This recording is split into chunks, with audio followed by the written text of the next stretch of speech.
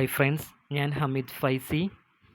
നമ്മൾ ഇന്ന് പങ്കുവയ്ക്കുന്നത് 5ാം ക്ലാസ്സിലെ അടിസ്ഥാന പാഠാവലി മലയാളം അടിസ്ഥാന പാഠാവലിയിലെ ഫസ്റ്റ് ടേമിനൽ എക്സാമിനേഷൻ്റെ മാതൃകാ ചോദ്യപേപ്പറും അതിൻ്റെ ഉത്തരങ്ങളുമാണ്. അടിസ്ഥാന പാഠാവലിയുടെ മാതൃകാ ചോദ്യപേപ്പർ 6 പ്രവർത്തനങ്ങളാണ് ടോട്ടൽ ഉള്ളത്. അതിൽ പ്രവർത്തനം 1 വായിക്കാം എഴുതാം. ഒരുമയുടെ കായികമേള. ഒരുമയുടെ കായികമേള എന്ന ഒരു ഹെഡിങ് കൊടുത്തിട്ട് ഒരു പാരഗ്രാഫ് കൊടുത്തിട്ടുണ്ട്. അത് വായിച്ചിട്ട് ശ്രദ്ധാപൂർവം വായിച്ചിട്ട് തുടർന്നുള്ള 5 ചോദ്യങ്ങൾക്ക് ശരിയായ ഉത്തരം എഴുതണം. അപ്പോൾ നമുക്കത് എങ്ങനെയെന്ന് നോക്കാം. പാരഗ്രാഫ് ഇങ്ങനെയാണ്: എല്ലാത്തരം മനുഷ്യരെയും ഉൾക്കൊള്ളുകയും ഉൾപ്പെടുത്തുകയും ചെയ്യുമ്പോഴാണ് മനുഷ്യജീവിതം സുന്ദരമാകുന്നത്. പരസ്പരം കഴിവുകൾ തിരിച്ചറിഞ്ഞും സഹകരിച്ചും മുന്നോട്ടു പോകുമ്പോൾ ഏതു പ്രതിസന്ധികളെയും മറികടക്കാൻ കഴിയും. പണം കൊടുത്തു വാങ്ങുന്ന വസ്തുക്കളൊന്നുമില്ലാതെയാണ് കൊബായാഷി മാസ്റ്റർ സ്കൂൾ കായികമേള സംഘടിപ്പിച്ചത്. വിദ്യാലയ ചുറ്റുപാടുകളെ തന്നെ കായികമേളയ്ക്ക് വേണ്ടി സർഗാത്മകമായി രൂപപ്പെടുത്തുകയാണ് ചെയ്തത്. ചുറ്റുപാടുകളുമായി ബന്ധമുള്ളവരായതിനാൽ ഭിന്നശേഷിക്കാരായ കുട്ടികൾക്ക് ഈ പരിപാടികളിൽ പങ്കെടുക്കാനും മികവുകൾ തെളിയിക്കാനും കഴിഞ്ഞു.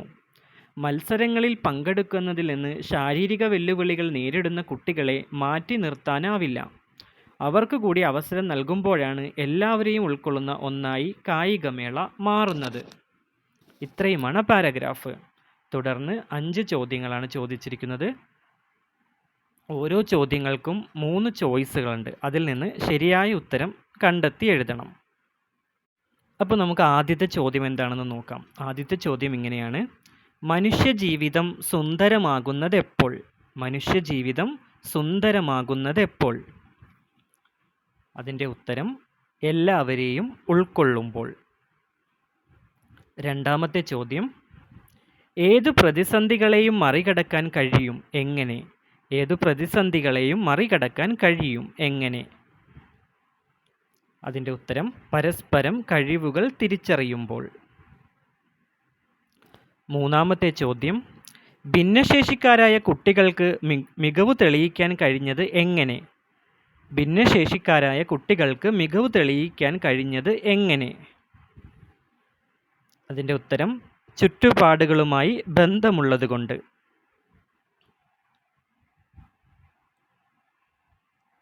നാലാമത്തെ ചോദ്യം: എല്ലാവരെയും ഉൾക്കൊള്ളുന്ന ഒന്നായി കായികമേള മാറുന്നതെപ്പോൾ? അതിൻ്റെ ഉത്തരം ശാരീരിക വെല്ലുവിളികൾ നേരിടുന്ന കുട്ടികളെ ഉൾപ്പെടുത്തുമ്പോൾ. അഞ്ചാമത്തെ ചോദ്യം: സർഗാത്മകമായി കായികമേള സംഘടിപ്പിക്കുമ്പോഴുള്ള ഗുണമെന്ത്? സർഗാത്മകമായി കായികമേള സംഘടിപ്പിക്കുമ്പോഴുള്ള ഗുണമെന്ത്? അതിൻ്റെ ഉത്തരം ഭിന്നശേഷിക്കാരായ കുട്ടികൾക്ക് പങ്കെടുക്കാം. ഇത്രയുമാണ് പ്രവർത്തനം 1 നിന്നുള്ള ചോദ്യങ്ങളും ഉത്തരങ്ങളും. അടുത്ത പ്രവർത്തനം 2.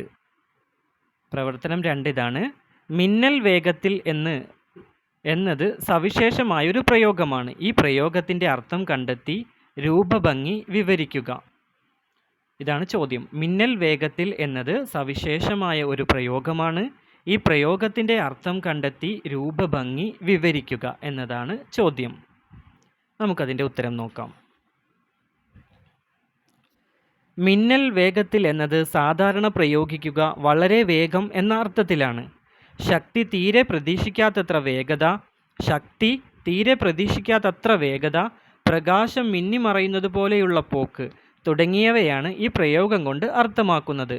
കായികമേളയിൽ കുട്ടികൾ ഓടുമ്പോൾ മിന്നൽ വേഗത്തിൽ ഓടി എന്ന് പറയാറുണ്ട്. അടുത്തത് പ്രവർത്തനം 3 പ്രവർത്തനം 3 താഴെ തന്നിരിക്കുന്ന കവിതാഭാഗത്തിന് ആസ്വാദനക്കുറിപ്പ് എഴുതുക എന്നാണ് പറഞ്ഞിരിക്കുന്നത്. കവിത ഇതാണ്: മുറ്റത്തുലാത്തുമ്പോൾ എൻ മുന്നിലായൊരു പക്ഷിതൻ തൂവൽ പറന്നു വീണു. കാറ്റിന്നലകളിലാലോലമാടിയ കാണാക്കിളീതൻ കീളുന്നു തൂവൽ. താണുതാണങ്ങനെ പാറി വീണു മെല്ലെ ഞാനതെടുത്തു തലോടി നിന്നു.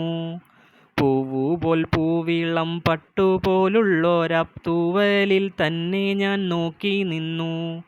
ഏതു കിളിതൻ ചിറകൊളിയിൽ നിന്നുമേതുമീ തുള്ളി ഇങ്ങിറ്റു വീണു. ഇതാണ് കവിതാഭാഗം. ഈ കവിതാഭാഗത്തിന് ആസ്വാദനക്കുറിപ്പ് എഴുതുവാനാണ് പറഞ്ഞിരിക്കുന്നത്. അപ്പം അത് നമുക്ക് നോക്കാം. അതിമനോഹരമായൊരു കവിതാഭാഗമാണിത്. കവി പറയുന്നു, ഞാൻ മുറ്റത്ത് വെറുതെ നടക്കുമ്പോൾ ഒരു കിളിയുടെ തൂവൽ എൻ്റെ മുൻപിൽ കാറ്റിൽ പറന്നു വീണു. കാറ്റിൻ്റെ ഓളത്തിൽ ആലോലമാടിയാണ് ആ തൂവൽ എൻ്റെ മുൻപിൽ പറന്നു വീണത്. പതുക്കെ എൻ്റെ മുന്നിലേക്ക് വീണ ഞാൻ കാണാത്ത ആ കിളിയുടെ തൂവൽ ഞാൻ എടുത്തു അതിനെ തലോടി. പൂവ് പോലെയും പട്ടുപോലെയുമുള്ള ആ കിളിത്തൂവൽ നോക്കി ഞാൻ നിന്നു. എനിക്കറിയില്ല ഏതു കിളിയുടെ ചിറകിൽ നിന്നാണ് ഇത്രയും മനോഹരമായ തൂവൽ അടർന്നു വീണതെന്ന്. മനോഹരമായ ഒരു വാഗ്മയ ചിത്രമാണ് കവി ഇവിടെ അവതരിപ്പിച്ചിരിക്കുന്നത്. ചിറക് താഴേക്ക് ആടി ആടി വരുന്നതും അതെടുത്ത് തലോടുന്നതുമെല്ലാം കാണാനാവുന്നു. ഇതാണ് അതിൻ്റെ ഉത്തരം.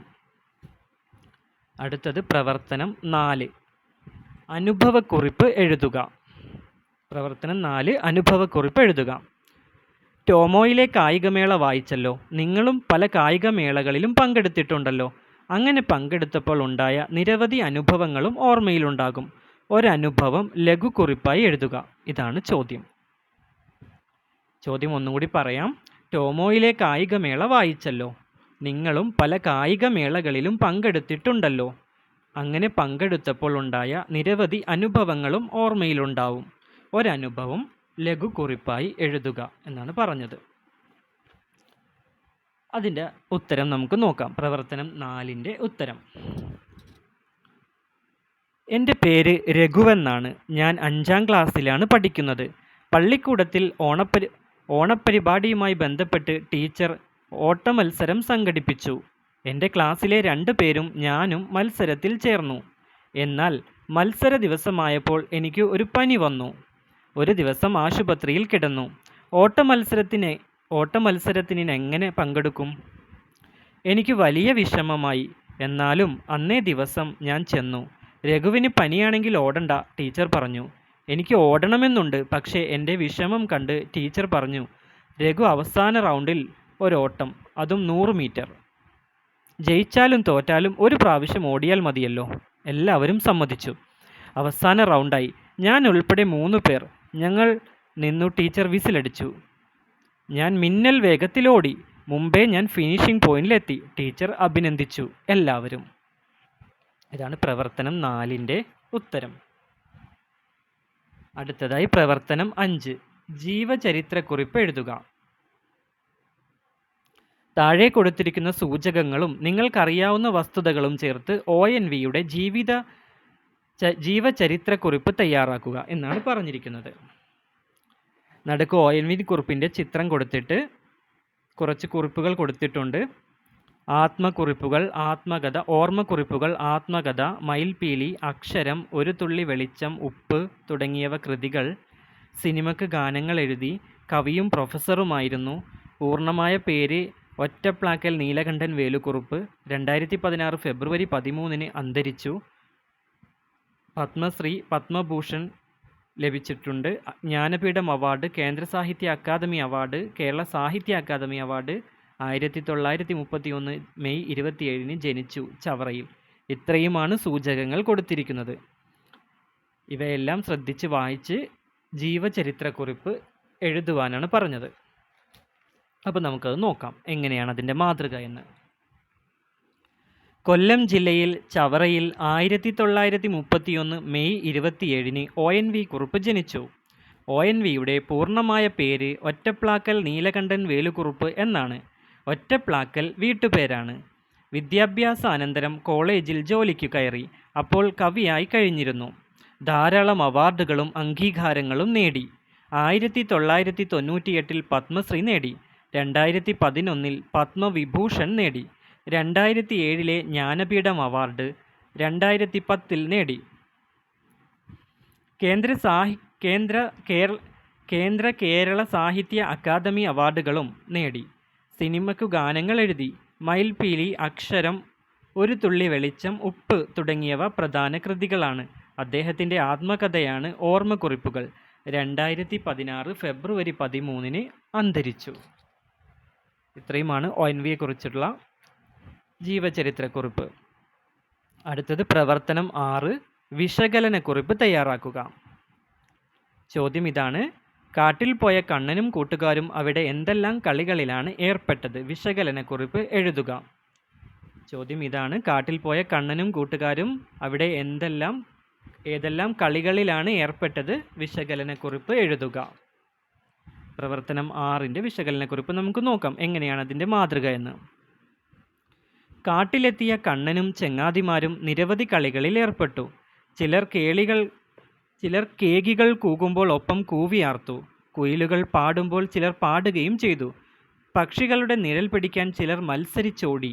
അരയന്നങ്ങൾ നടക്കുന്നത് പോലെ ചിലർ നടന്നു. ചിലർ മാറ്റൊലിയോട് പേശി നിന്നു. വാനരന്മാർ മരത്തിൽ കയറുമ്പോൾ ചിലർ അതിന് പിന്നാലെ പാഞ്ഞ് വാലിൽ പിടിച്ചു വലിച്ചു. ഇങ്ങനെ അവർ ഓരോ കളികളിൽ ഏർപ്പെട്ടു. ഇതാണ് മാതൃകാ ക്വസ്റ്റ്യൻ പേപ്പറും അതിൻ്റെ ഉത്തരങ്ങളും. അപ്പോൾ നമുക്ക് മറ്റൊരു പാഠഭാഗവുമായി അടുത്തൊരു ഭാഗത്തിൽ കാണാം. Okay, thanks.